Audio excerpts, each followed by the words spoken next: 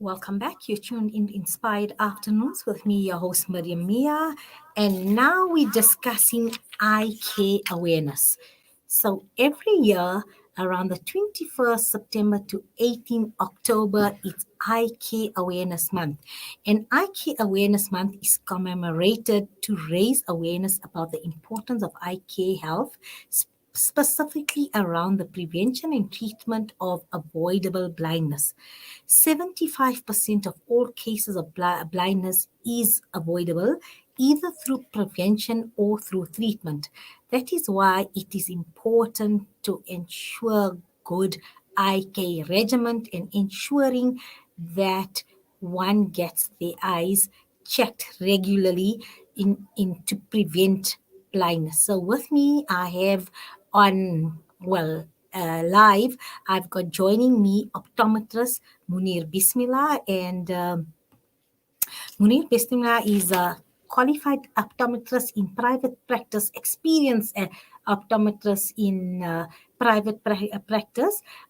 He graduated at the at, optometry, he graduated in optometry, I beg your pardon, at Witstack in 2002. He did a postgraduate degree in sports vision at, that time was around now University of Johannesburg. He was also a lecturer at the Wits University postgrad program in sports science. He has a family-based practice in Emmerenshine. He has a special interest in keratoconus. So let's welcome Muneer Bismillah, optometrist Muneer Bismillah, to the program. Assalamu alaikum wa rahmatullahi wa barakatuh, Muneer, and welcome to Inspired Afternoons on Salam Media. Wa alaikum salam wa rahmatullahi wa barakatuh. First and foremost, thank you very much for having me. It's a pleasure. So tell me, Muneer, Eye Care Awareness Month. So normally towards the end of September, October, why the awareness? As I mentioned, it's focused on preventing blindness as well as treating blindness. And are those statistics correct? 75% of blindness can be prevented or treated. Absolutely. What you're saying is spot on correct. The South African Optometric Association this year for 2020 has chosen World Sight Day is on the 8th of October. And the SAOA, which is the Optometric Association, has underpinned the theme called Hope in Vision for this year. And one of the major stumbling blocks, especially in Africa, is that a lot of blindness is avoidable and preventable, provided that our people have access to proper healthcare. And that's a big challenge because most private practices are situated in urban areas. The individuals in rural areas do not get access to these facilities. And it's not just about vision, it's about making sure that holistically the patient as a whole is well treated. So that's why we call it, or as you've said, 75% of cases can be preventable. The issue is, getting access to healthcare with regards to diabetes, hypertension, another eye condition called glaucoma. If people were to be able to get the relevant treatment, then of course, it wouldn't go so far as to them becoming blind.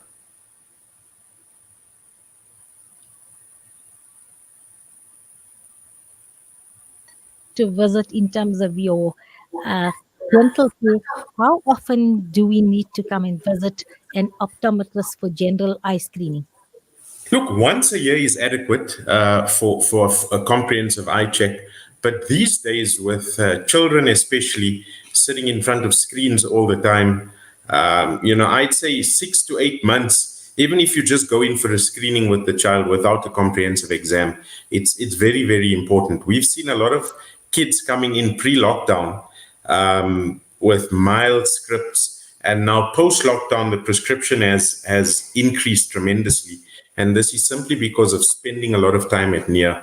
Another new category that we find, another new issue we're finding is progressive myopia. Myopia is simply short-sightedness. People can see close by, but they're unable to see the distance. And we're finding that a lot of children are suffering from progressive myopia, whereby it's increasing at an alarming rate. So this also falls into this eye care awareness month, trying to educate parents and people in general about the use of digital devices, spending time reading as well. That's why it's very important for you to see your optometrist wherever you may be and get the relevant information. Speaking about eye care for children, what is the earliest you recommend to bring a child in for an eye screening?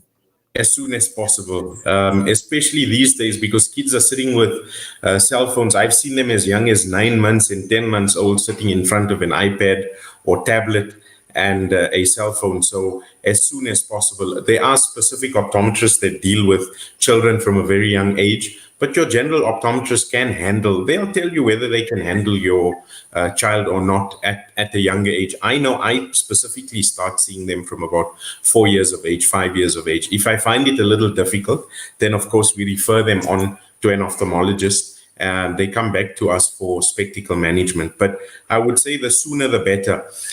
Even a simple thing like treating allergies is very, very important because a lot of children tend to rub their eyes a lot. The eyes get dry because they're sitting in front of the screens. It's compounded, and this then results in keratoconus. Certain instances where there's no family history of keratoconus. Keratoconus is a disease of the cornea, whereby the cornea takes on the shape of a cone and it causes distortion in vision. Doesn't matter day or night, those patients will definitely see distorted vision. They require very specialized care, especially when the disease is advanced. And also, like you say, prevention is always better than cure. And I know, I don't know if it's still for treatment of lazy eyes and things like that. If you diagnose this in time with the correct eye care, eye exercises and things like that, it can be corrected in the developmental years. Am I correct in saying that? Absolutely. With regards to lazy eye in particular that you've mentioned, the spectrum is very broad. So some of those cases with regards to lazy eye can be treated in office. Some cases would require spectacles, and of course, the extreme cases require surgery. But the earlier we get the children, the better it is. We've got the critical period from birth to about 6 years of age in which to try and correct them. And then between 6 and 12, you can implement therapy or treatment if necessary, sooner as well. But generally, if we get them within the critical period, it's necessary. What we do find happening is a lot of children come when they begin school. It's not even in the play schools or preschool. They come in at 7, 8 years of age. By then, we've missed that critical period. So it's very important to get them, as I said before, at a very early stage. And finally, one question, especially for parents of younger children, in terms of the distance between an electronic device or screen and that to be sitting, and also a duration at a time. What do you recommend? So screen time, my recommendation generally in practice is nothing. The distance is zero. But that wouldn't be ideal, because a lot of times I too have children and we can't keep them away from digital devices. So generally, as a rule of thumb, I would say 50 centimeters. So we use technically fist to elbow, fist place at the chin, and of course until elbow distance. Duration and time wise, it's a sticky one because there's still a lot of research being done on that. I usually advise my patients that for every minute you spend in front of a device, you need to make sure you spend a minute in sunlight. Vitamin D is necessary to combat the effect of these screens.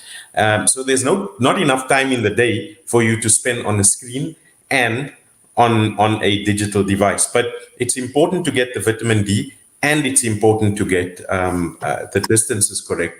Another issue that we find with a lot of children being gamers and sitting in front of the screen a lot is vitamin A deficiency, so nutritional deficiencies. So, this entire process of children sitting in front of screens or playing games, etc., we have to look at it as a whole because it's not just affecting the eyes, it's also affecting patients or kids and people generally nutritionally. I didn't even consider the nutritional aspect when I spoke to you, but yes, it's a holistic thing in terms of eye care.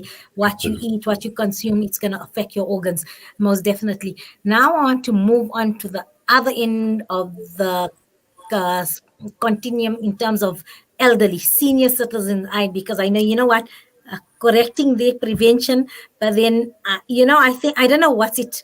Look, Alhamdulillah, I generally have good eyesight in it, but of late, I need light because before I could see when it was dim. Now I see if it's not well lit, I struggle to read the smaller letters in it. So I know once you hit the 4O, yeah, the big 4O, most people, even those who had good 20/20 vision, find that they need reading glasses or then some sort of a reading glass, like you say, even if it's just the ones you buy over the counter and things like that. So what age like you say, once a year, but for those who didn't do it, what happens? Does your vision start deteriorating once you reach a certain age, or what is the cause of poor vision in senior citizens? So, okay, senior citizens is not from 40, because we're Yes, all I in know. right, right now. Yes. So, first and foremost, one of the major factors affecting people or the general population over the age of 40 is it's a physiological deterioration that takes place Mhm. in the eye. And that causes your vision at near to deteriorate. So there's nothing much that you can do to stop this process. I generally joke with my patients and I say it's the Almighty's way of keeping optometrists busy, by making sure your near vision deteriorates. So what happens is the muscles that help you focus at near loses their elasticity, and therefore you're unable to focus at near. And every year after the age of 45, it compounds, it gets worse and worse and worse, thereby requiring an increase in your prescription for near. So that term is called presbyopia. It means old eye. But coupled with that, after 40, between 40 and 45, we're now seeing patients as young as 38 requiring a prescription for reading. And that is simply because of fatigue, because we're spending more time at near. Work is spent in front of a screen, and our leisure is spent in front of a screen at near, not necessarily the television, but at near with between 50 and 80 centimeters. And this is causing the visual system to fatigue a lot sooner. So this is another form of that preventable blindness that we were speaking about. Getting the prescription from clicks, yes, it works for some and it doesn't work for other. That would be dependent on your prescription between your two eyes. If they were the same, then of course it would be easier to use the ready readers. If not, then of course you'd need an eye check. But generally, I think it's necessary to get the check and let your optometrist make the decision, or your eye care provider make the decision as to whether you should go to Clicks, buy an over-the-counter reader, or get one made up for you, because the ready readers come with a few limitations, but that your family optometrist will best discuss it with you. Okay, and then focusing on seniors now, what other alarm bells should we be concerned So about once we're there? I know cataract is one that yes. normally happens, but So a cataract is basically a clouding of the lens in the eye. The best way that I describe it is, a dirty windscreen, and you'd require it to be changed, which requires surgery by an ophthalmologist, and then you can see better. But the other things to note is a loss of visual field, pain in the eye, and of course, diabetes and hypertension have a very, very big impact on your vision. Being of Asian or Indian descent, we are susceptible to especially diabetes and hypertension with cholesterol.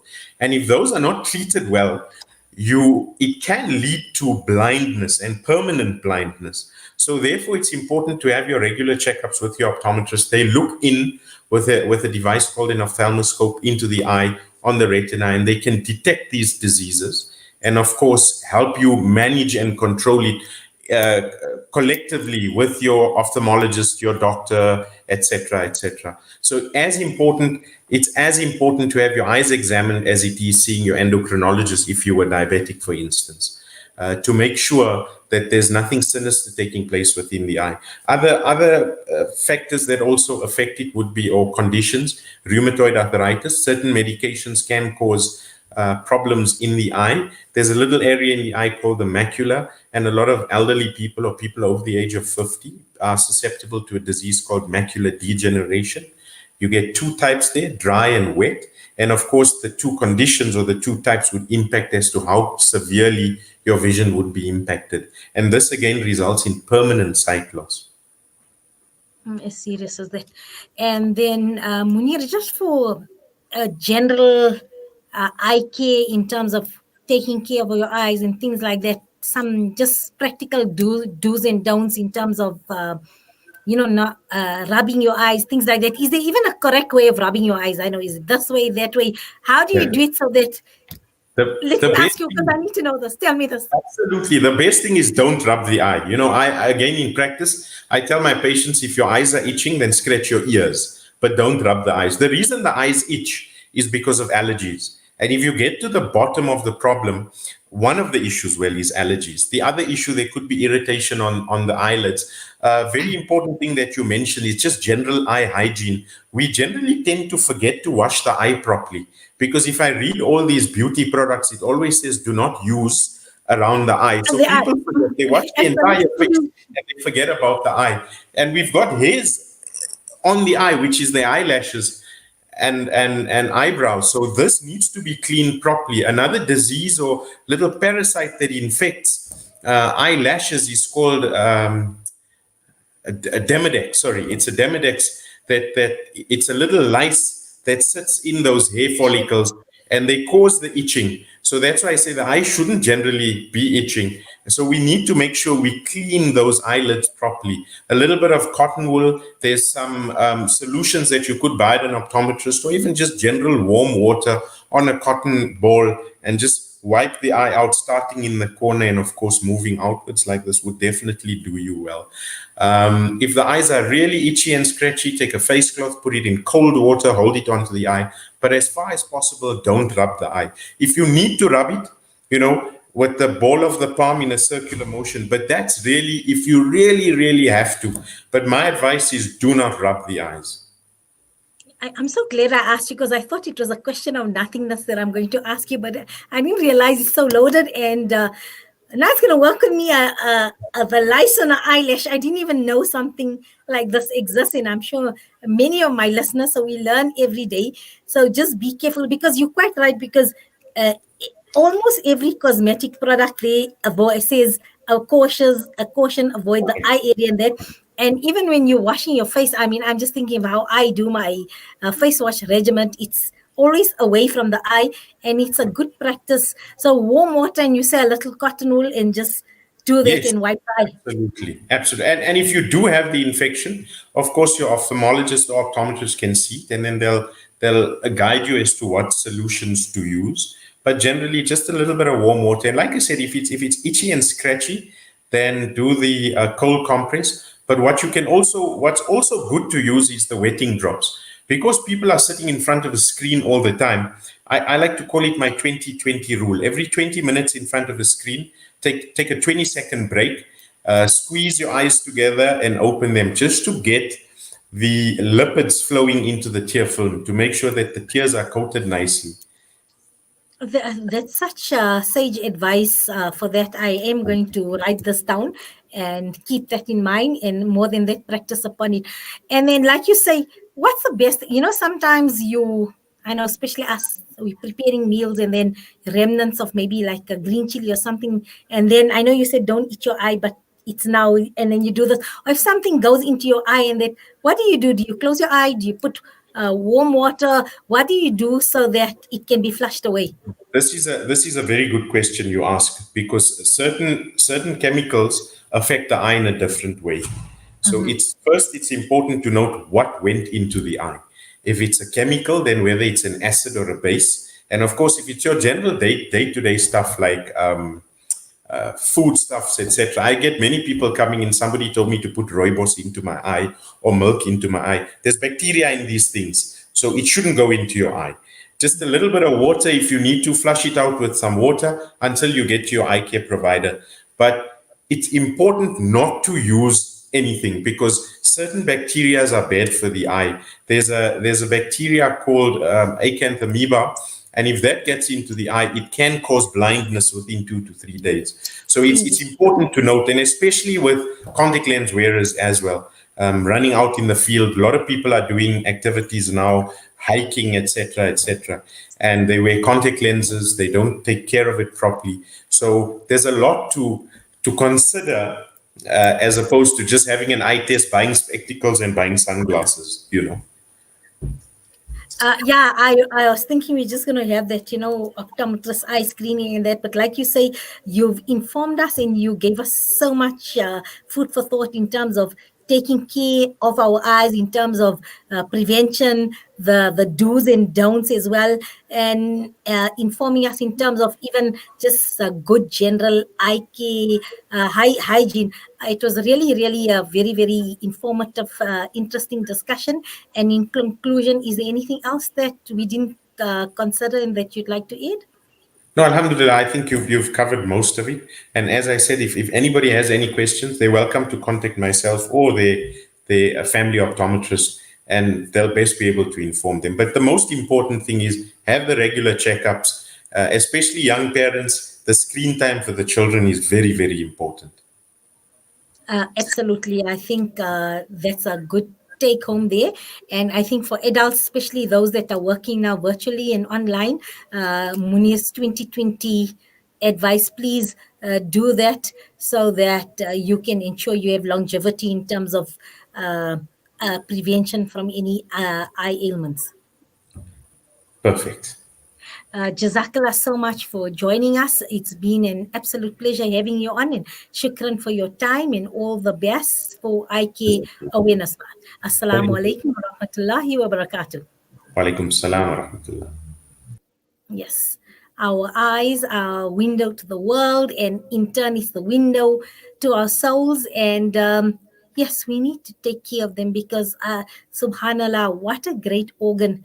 An organ that colors our world, lets us be able to observe, absorb, look. It's linked to various emotions in terms of how we perceive our world, how we see our world every day. And yes, for me, one of the greatest ni'mah conferred to us by the more Almighty is the gift of sight. And it's an amana, a trust that we need to take look after.